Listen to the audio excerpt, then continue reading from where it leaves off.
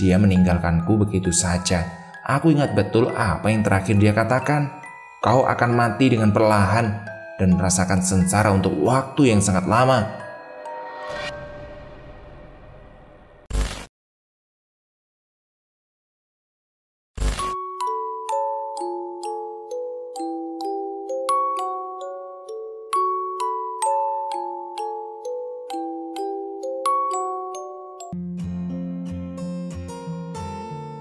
Assalamualaikum warahmatullahi wabarakatuh. Teman-teman, untung direkam. Kita lanjutkan cerita Ika Ayunya ya. Kita sudah ada di part kedua dan ini part terakhirnya. Tapi sebelum saya lanjutkan untuk membaca, jangan lupa klik tombol subscribe, like, dan juga sempetin buat komentar di kolom komentar ya. Dan mari kita dengarkan cerita Ika Ayu. Ketika jam 10 malam. Di malam berikutnya, tepatnya di jam 10 malam. Tunggu saja, bentar lagi anak itu akan keluar. Udah beberapa hari ini dia terbangun jam segini kok. Selain itu, pasti sedang tidur, bisik Pak Tikno kepada Bu Emi. Sebenarnya ngapain anak itu keluar sih Pak? Bajunya kok berlumuran darah. Dari kemarin gak bisa makan, gak kemasukan nasi. Tutur Bu Emi mengeluh. Mau apa lagi kalau nggak cari makan, Bu? Jawab Pak Tikno. Makan apa toh Pak? Jawab lagi. Udah, Ibu diem aja, ucap Pak Tikno lirih sembari menunjuk kamar Diana dengan kepalanya. Benar saja, Diana keluar dari kamarnya. Pak Tikno yang hendak mengejar Diana tertahan Bu Emi. Tangannya menarik lengan Pak Tikno. Pak, ikut Pak, pintanya. Udah, Ibu di sini saja, bantu doa, ngerti? Ucap Pak Tikno yang dibalas anggukan ragu oleh Bu Emi. Duh Gusti, mugi mawon anak kali garwa kula slamet, amin. Itulah doa dari Bu Emi. Pak Tikno mencari-cari Diana di sekitar rumah. Tak ada tanda-tanda keberadaan Diana. Cak Tikno, Cak, panggil seorang warga bernama Cak Budi. Ia berlari menghampiri Pak Tikno dengan nafas terengah-engah. Kalau Pak Diana Pak, itu Pak Diana, katanya terbata-bata sembari menuju ke arah di mana Diana berada. Ayo antar aku ke sana, pinta Pak Tikno. Wajahnya menegang. Ia sangat khawatir jika warga tahu kondisi putrinya. Beberapa warga berkumpul melihat Diana di bawah pohon pisang. Ia asik memakan beberapa ayam milik warga. Ia mengunyahnya dengan lahap. Bahkan terlihat tinggal tulang belulang saja yang tersisa. Pak Tikno nampak sudah tidak kaget lagi menyaksikan putrinya seperti itu. Itu ayamnya siapa? Itu ayamnya siapa? Besok datanglah ke rumah, akan ku ganti.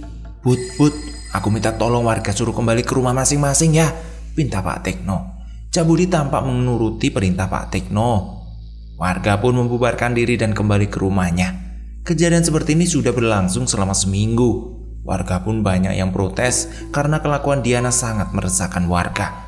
Tak hanya ayam yang disasar, tak jarang Diana juga masuk ke rumah warga untuk mengejar tikus, memakannya, dan juga meninggalkan bercak darah di rumah warga itu. Pilih mana? Anak ini dipasung apa diusir dari kampung? Tanya Pak Bejo kepada kepala desa. Bu Emi dan Pak Tikno tak bisa berkutik. Mereka harus merelakan putrinya itu untuk dipasung. Bu, panas, ucap Diana lirih. Bu Emi hanya mengelus rambut anaknya, tak tahu harus berbuat apa. Semakin hari kulitnya melepuh mengeluarkan darah dan nanah. Diana sama sekali tak makan sejak dipasung itu. Pak Tikno melempar piring yang dibawa Bu Emi. Lah, ada apa toh Pak ini? Bu Emi kaget dan menunduk. Ia diam-diam membawa ayam mentah agar Diana bisa makan. Kalau nggak gini, Diana nggak makan loh Pak, Bu Emi lirih. Pak Tikno mencengkeram lengan Bu Emi. Gak begini caranya Bu, sabar, ucap Pak Tikno setengah berteriak. "Terus gimana loh Pak? Apa Bapak mau membiarkan anak kita tidak makan? Diana bisa mati kalau terus begini." Setan itu benar-benar kurang ajar. Pak Tekno dan Bu Emi menangis. Mereka tak tahu harus bagaimana. Dengan berat hati mereka memberikan ayam mentah itu kepada Diana. Tepatnya ini adalah ritual. Sebelum pulang, Pak Suro berpesan kepada Pak Tekno, "Poso mutih telung dino yo, siap nodegan getih pitik cemani sak cukupe. Sarate liyane mengko aku sing nyiapne." Yang artinya gini, puasalah putih, siapkan kelapa muda, darah ayam cemani secukupnya, dan juga syarat yang lain bakal aku yang menyiapkan. Itulah pesannya. Pak Tekno manggut dan mengantar Pak Suro ke halaman depan. Hari yang ditunggu pun tiba. Pak Tekno dan Pak Suro duduk berhadapan di depan kandang di mana Diana dipasung. Mulut Bu Emi terus komat kamit membacakan doa. Pak Suro mengambil darah ayam cemani, meminumnya seteguk, sisanya dimasukkan ke dalam air kelapa muda. Untuk ritual lain gak perlu aku jelasin ya, sensor. Soalnya ini tidak pure ilmu putih, ada ilmu hitamnya. Jadi mohon maklum. Langsung ke intinya. Tak lama Wak Suro membuka mata. Dia manggut-manggut. "Kini aku sudah tahu siapa yang kurang ajar dengan cucuku ini," ucap Wak Suro dengan senyum tipis di bibirnya. "Sinten Wak? Siapa Wak?" Apa aku kenal? Aku akan membunuhnya sekarang juga Pak," tanya Pak Tekno. Wak Suro melirik Pak Tekno dengan menggeleng. "Sudah, jagalah anakmu. Biar aku sendiri yang berangkat. Ini sangatlah mudah bagiku," tuturnya. Pak Tekno hanya manggut dan menuruti kata-kata Wak Suro. "Pak, mau kemana Wak Suro itu? Tolong dicegah, aku kok khawatir ya Pak." Wak Suro mendobrak pintu rumah Gandini. Metu kon. "Ojo, api-api budak. Keluar kamu, jangan pura-pura tidak mendengarkan," teriak Wak Suro. Gandini pun keluar dengan menggandeng anaknya. "Kamu, kalau saja aku tahu itu adalah cucumu, aku tidak akan ikut campur. Tapi aku sudah terlanjur, aku gak mungkin untuk menghindar," ucap Gandini. "Jangan takut, ada aku," ucap anaknya. Bukan anaknya, tapi nenek moyang yang merasuki anak ini. Sebut saja Poyang. Ya, itulah Poyang. Suara berat nan serak terdengar dari mulut Poyang itu. Dia berjalan pelan membungkuk layaknya seorang orang tua. "Jalan saja gak mecus, sok nantang," ledek Wak Suro dengan tertawa kecil. Ucap Poyang terdengar seperti menggeram. Ia melotot ke arah Wak Suro. Wak Suro duduk bersila disusul Poyang yang juga duduk bersila. Setelah sekian lama suasana hening. Poyang memuntahkan darah dari mulutnya. "Keluarkan setan itu dari cucuku, atau kamu akan kuhajar," perintah Wak Suro. Poyang itu merasa tak terima akan kekalahannya. "Tidak, anakmu harus menderita," bantahnya. "Sekarang pilihannya ada di tanganmu. Ini, Gandini, kamu lepaskan cucuku atau kamu akan kehilangan anakmu," tawar Wak Suro kepada Gandini. Gandini terlihat panik melihat anaknya pucat karena mengeluarkan banyak darah. Ia segera membawa Poyang ke dalam rumah. "Lepaskan saja Mbah, aku gak mau kehilangan anakku." "Apa kamu yakin masalahnya ini bisa kembali ke orang yang meminta?" ucap Poyang. "Biarlah Mbah, aku gak bisa kalau kehilangan anakku satu-satunya," jawab Gandini. Poyang manggut dan memejamkan mata. Tak lama ia membuka mata. Poyang berjalan menuju Wak Suro, memberi sebuah kantong hitam. "Cucilah ini dengan air kembang, hanyutkan ke lautan." Itu perintah Poyang kepada Wak Suro. Mungkin banyak yang tanya, siapa dalang dari semuanya ini? "Assalamualaikum," ucap Yoga. "Waalaikumsalam Le, suwe ora rene, lama gak kesini," ucap Bu Emi menyebut kedatangan Yoga. Anggih, ngapunten nggih Bu. Saya tugas keluar kota sebulan ini. Gimana keadaan Diana sekarang? Bu Emi tertunduk lesu dan mempersilahkan Yoga duduk. Yoga memberi bingkisan kepada Bu Emi. Kamu sudah mendengar kabar Diana nggak nak? Tanya Bu Emi balik. Yoga manggut. Diana itu orang baik Bude. Kenapa masih ada orang yang jahatin Diana? Ucapnya. Sudah lama nak? Tanya Pak Tikno. Nembe mawon, baru saja Pak De, jawab Yoga. Setelah lama mereka berbincang, Wak Suro datang. Wajahnya terlihat marah. Ayo ikut aku ke laut. Kamu juga nak, ajaknya. Pak Tikno dan Yoga terlihat bingung. Kenapa tiba-tiba Wak Suro mengajak ke laut? Setelah sampai di laut, Wak Suro menjelaskan semuanya. Wak Suro membuka kantung hitam itu. Di sana ada foto dan rambut Diana. Yoga terperanjat kaget. Dia tidak bisa berkata-kata apa lagi. Sebentar lagi, ayo kita ke rumahnya. Yoga ikut aku sementara ya. Tikno, jagalah anak dan istrimu. Tidak bisa lah Wak, aku harus ikut. Aku ingin penggal kepalanya, kata Pak Tikno dengan nada marah. Ya, ini alasanku tak mengajakmu. Kalau kamu nekat bunuh, bisa saja ini jadi perkara berat. Kamu akan dipenjara, mau kamu? Tanya Wak Suro. Pak De di rumah saja, jaga Bude dan Diana. Biar saya dan juga Wak Suro yang kesana, kata Yoga menenangkan. Pak Tikno pun setuju dan kembali ke rumahnya. Di rumahnya Bu Emi masih menunggu Diana. Bu, panggil Diana. Bu Emi senang bukan main, karena Diana sudah mulai sadar. Setelah sekian lama tak mendengar suara anak memanggilnya, Ibu. Setelah luka di tubuh Diana mengering, meski tak 100% kulitnya bersih, setidaknya kulitnya sudah tak melepuh lagi seperti kemarin-kemarin dan juga tidak mengeluarkan bau busuk lagi. Aku buka pasungnya.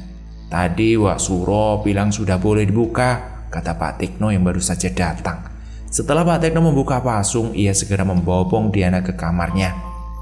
Pak, tak ruwate Diana yuk. Pak, saya bersihkan Diana dulu ya Pak, kata Bu Emi. Wak Suro tersenyum. Nggak usah. Angko lek wongi moro dewe nggak ngarah kuat ngempet suwe-suwe. Nggak perlulah. Nanti kalau orangnya kesini sendiri, nggak mungkin kuat dia memendam lama-lama, jawab Wak Suro. Sudahlah, sekarang pulang saja kamu nak, lanjut Wak Suro. Beberapa hari kemudian, sebenarnya aku mulai penasaran. Wah, siapa sih sebenarnya yang buat Diana seperti ini? Tanya Pak Tikno kepada Wak Suro. Nggak perlu tahu lah Pak. Jadi kamu tahu siapa pelakunya nak? Tanya Bu Emi kepada Diana. Diana manggut. Wak Suro hanya tersenyum. Jangan buat bapak dan ibumu bingung lah nak. Apa? Ayo cerita sama ibu sama bapak. Flashback Diana, sudut pandang sebagai aku. Malam itu, pekerjaan kantor sangatlah banyak hingga aku terpaksa harus melembur. Tak terasa jam sudah menunjukkan pukul 10 malam. Aku putuskan untuk menyudahi pekerjaanku. Aku berjalan ke area parkir, sangat sepi. Karena memang di kantor maksimal jam 8 sudah pada pulang. Handphoneku berdering. Kulihat ada nama seseorang di sana. Seseorang yang selama ini aku sukai. Namun semua berubah semenjak aku mengenal dia lebih dekat. Dia orang yang sangat kasar, egois dan posesif. Akhirnya kami memutuskan untuk mengakhiri hubungan kami seminggu yang lalu. Kenapa dari tadi gak diangkat? Tanyanya dengan nada marah. Maaf mas, aku sibuk bekerja. Ini baru saja selesai pulang. Sudah dulu ya, jawabnya mengakhiri telepon itu. Aku melanjutkan langkahku untuk menuju di mana motorku terparkir. Betapa kagetnya aku melihat dia duduk di atas motorku. Mas, ngapain di sini? Tanyaku yang hanya dijawab dengan tawa kecilnya. Aku gak suka lihat kamu sama cowok lain. Kamu mau kan balikan sama aku? Tanyanya. Cukup bersaudara saja mas. Aku juga tidak deket kok sama cowok lain, jawabnya. Dia begitu marah lalu menarik rambutku, menjambak dan membenturkanku ke tembok. Dia meninggalkanku begitu saja. Aku ingat betul apa yang terakhir dia katakan. Kau akan mati dengan perlahan dan merasakan sengsara untuk waktu yang sangat lama, ucapnya lalu meninggalkanku. Aku berusaha sekuat tenaga untuk pergi dari sana, Bu. Hari kedua setelah bertemu dengan dia, malam tepat jam 10, perasaanku sudah mulai tidak enak. Jadi saat itu aku putuskan untuk sholat malam. Selesai aku ambil wudhu dan mengenakan mukena. Pada rakaat pertama leherku terasa dicekik. Aku menghentikan sholatku dan aku mengambil minum dan mengatur nafas perlahan. Kemudian aku hendak melanjutkan sholatku lagi.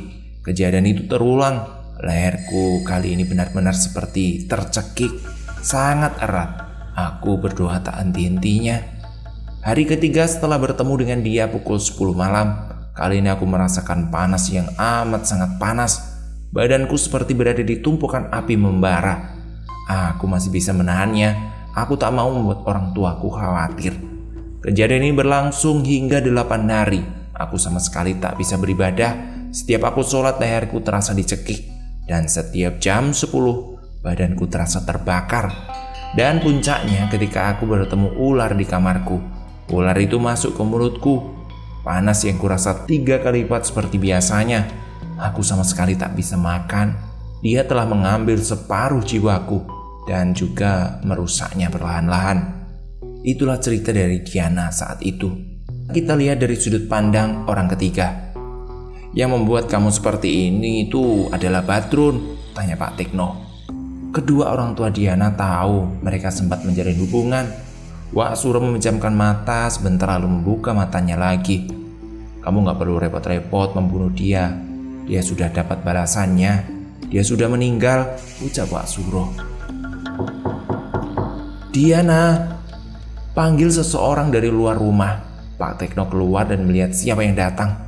Ngapunten, maaf, apa Diana ada? Saya mau menyampaikan ini kepada Diana, kata orang itu. Diana membuka amplop tersebut, tulisan permintaan maaf dari Badrun. Kamu ini siapa? Anak biadab itu ya? Tanya Pak Tekno masih nada marah. Kulo Firman, temannya Badrun Pak, jawabnya. Oh sialan tenan. Jangan-jangan kamu juga terlibat dari masalah ini ya? Tanya Pak Tekno sembari menarik baju Firman. Kita berpindah cerita sudut pandang Firman. Anjir tenan. Cewek kayak gitu kok diputusin, ucap Badrun marah-marah saat datang ke rumahku. Aku pun bertanya, karo Diana ya? Lah kenapa kok diputus? Selingkuh mungkin, entahlah, ingin rasanya aku santet dia. Kamu punya kenalan dukun gak? Tanya Badrun. Gendeng gue memang gendeng, gila. Gak takut, nanti bakal kembali ke dirimu sendiri. Resikonya besar loh itu, jawabnya. Walah, gak ngurus lah, gak peduli aku. Aku sudah terlanjur suka. Jika tidak bisa aku yang dapetin, tidak bisa dengan yang lain. Itu kuncinya, katanya. Besok malamnya, aku dan Badrun memutuskan untuk pergi ke rumah dukun kenalan bapakku. Badrun sudah mendapatkan beberapa helai rambut dan foto Diana. Kami berangkat setelah maghrib dan sampai di sana tepat di jam 10 malam. Setelah kami sampai di sana, si dukun pun melakukan santetnya dan menyuruh kami agar pulang. Kudengar dari Badrun santetnya berhasil. Diana kini dipasung dan penyakit anehnya muncul. Sudah 2 bulan lebih aku tidak bertemu dengan Badrun. Namun tiba-tiba dia menelponku. Dia bilang malam ini badannya sangat panas. Kedua orang tua Badrun sudah tiada. Hingga hanya akulah teman dekatnya yang dia minta pertolongan. Sudah 4 hari dia mengeluh badannya panas seperti terbakar. Dia pun juga tak bisa makan. Kadang dia mengeluh lehernya sakit seperti dicekik. Aku sama sekali tak bisa berbuat apa-apa. Aku berinisiatif untuk datang lagi ke dukun itu. Tak kutemukan siapapun di sana. Sepertinya rumah itu sudah ditinggalkan. Akhirnya aku datang ke beberapa dukun lain. Jawabnya semuanya sama. Temanmu itu kemakan santetnya sendiri, kata beberapa dukun yang aku temui. Akhirnya aku meminta Badrun untuk meminta maaf kepada Diana. Tapi Badrun bukan orang yang mudah. Dia selalu menolak, tidak sudi katanya. Hingga hari ke-8 dia sekarat. Tubuhnya makin melepuh mengeluarkan nanah dan juga bau busuk. Dia menyuruhku menulis surat untuk Diana. saat dalam perjalanan ke rumah Diana, aku mendapat kabar kalau Badrun sudah meninggal. Itulah akhir cerita ketika jam 10 malam. Semoga kita bisa mengambil hikmah dari cerita Eka Ayu ini. Dan terima kasih sekali lagi buat Eka Ayu yang sudah ngizinin ceritanya saya baca.